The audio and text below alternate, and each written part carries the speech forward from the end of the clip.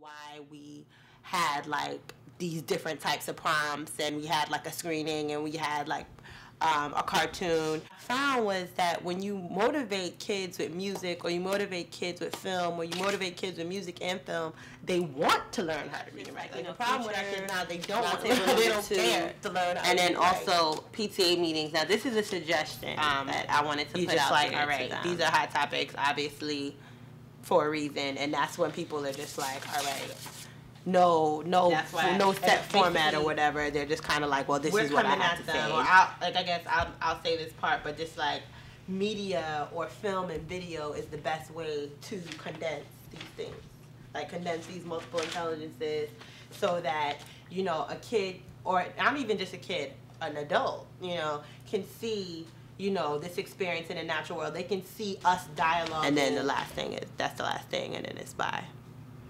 That's it. It's a lot of information here. I think this is way too much. Just because, like, with any one of the 5 sections, you can take 2 hours.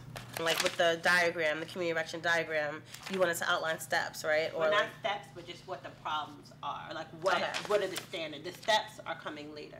This is such a dense issue. You know what I mean? It's not like we're like coming at like we're Black people talking about problems in Black communities.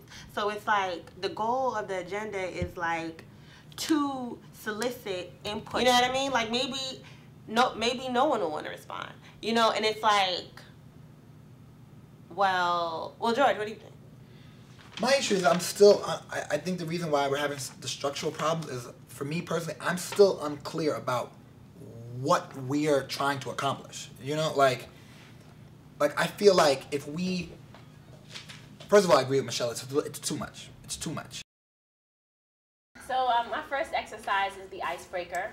Me and George are going to participate also, so that's why we asked you to sit next to people that you're not familiar with already. So we're going to take about 2 minutes to interview each other. 5 questions that you want to know about the person next to you, and that's it. And then we'll just reconvene and probably introduce each other, I guess. Yeah.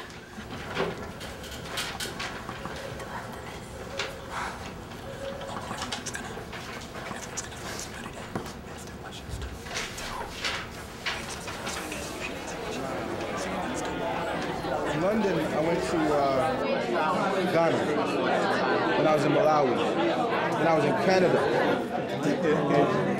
You shoot back and forth? Okay, so what do you do? And everyone was like, oh, James Brown is dead. He was 73. Okay, but it's common knowledge that had he attended more to his health, he would still be alive. You're from Brooklyn as well? Yeah. Which part? Crown Heights. Crown Heights, me too. Oh, really? Where? I grew up in Park Place between Utica and Rochester.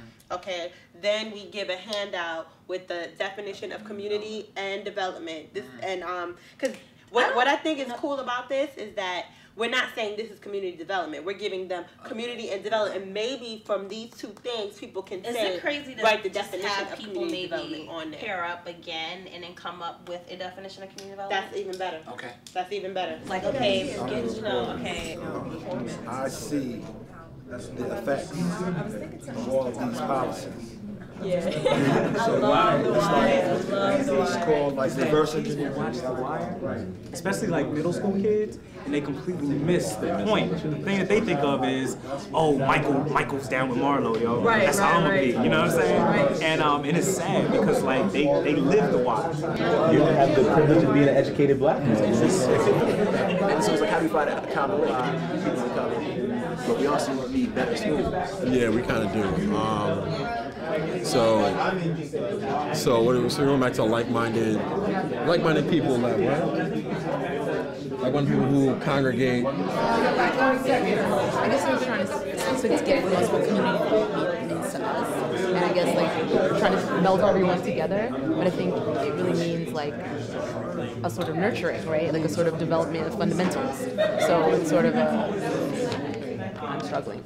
Sort of. The fundamentals, yes. Define the fundamentals. Are we okay with education, jobs? Well, I think it's, it's socioeconomic political, right? So I think those are the three main categories that any of those things would fall. It's like, you know, because I'm not the type of brother that get out there to march. But, you know, I'll write, you know, Congress or, you know, do a fundraiser or do a scholarship or something like that, you know. Not to discredit the marching, but, you know, I don't want you to discredit my own standards. So, you know. Social standards, like right now, people give props to fathers for taking care of their kids, but that should be a requirement. That's expected of you, so don't give props for that. Those are low standards. That hits the foundation of our failed cultural experiences as Black folk, going back to, you know, the things that stem from slavery, like education, health, you know, spiritual disparities, and then we have to congregate and engage for common goals. Starting with individuals and families and ending up with the larger society. Okay. I think we all can agree that those definitions, that a lot of them hit on common themes. What we'd like to do now is, this is an individual exercise. We would like for you to list as a group.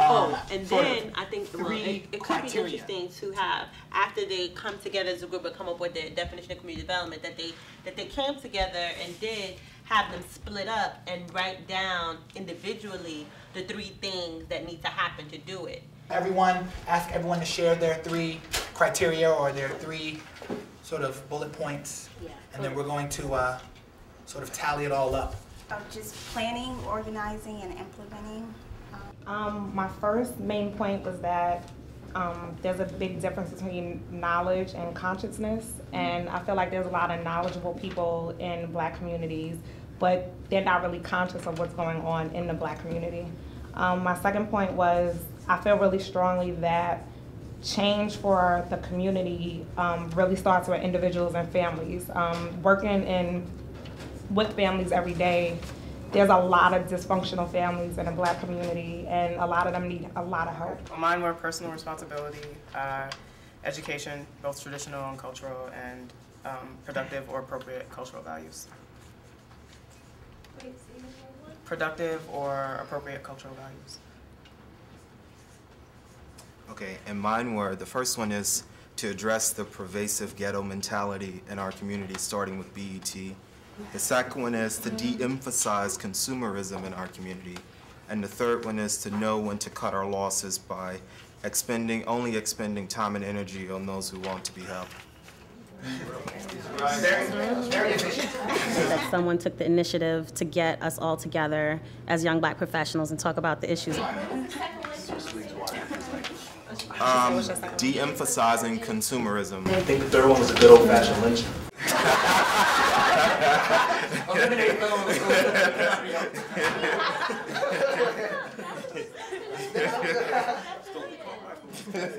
Okay, well, let me tell you what happened to me yesterday. And at my job, you know, my white boss, he discriminated against me, blah, blah, blah, blah. The cop pulled me over and he handcuffed me. I'll go forever. Education, you come and you say, ownership, we're trying at the end of the day to leave with a framework, right? Sort of something that the major categories we feel like we can develop without going to Bloomberg, without raising a whole bunch of money. We need to come up with something that the 15 of us in this room can do and we can make happen soon.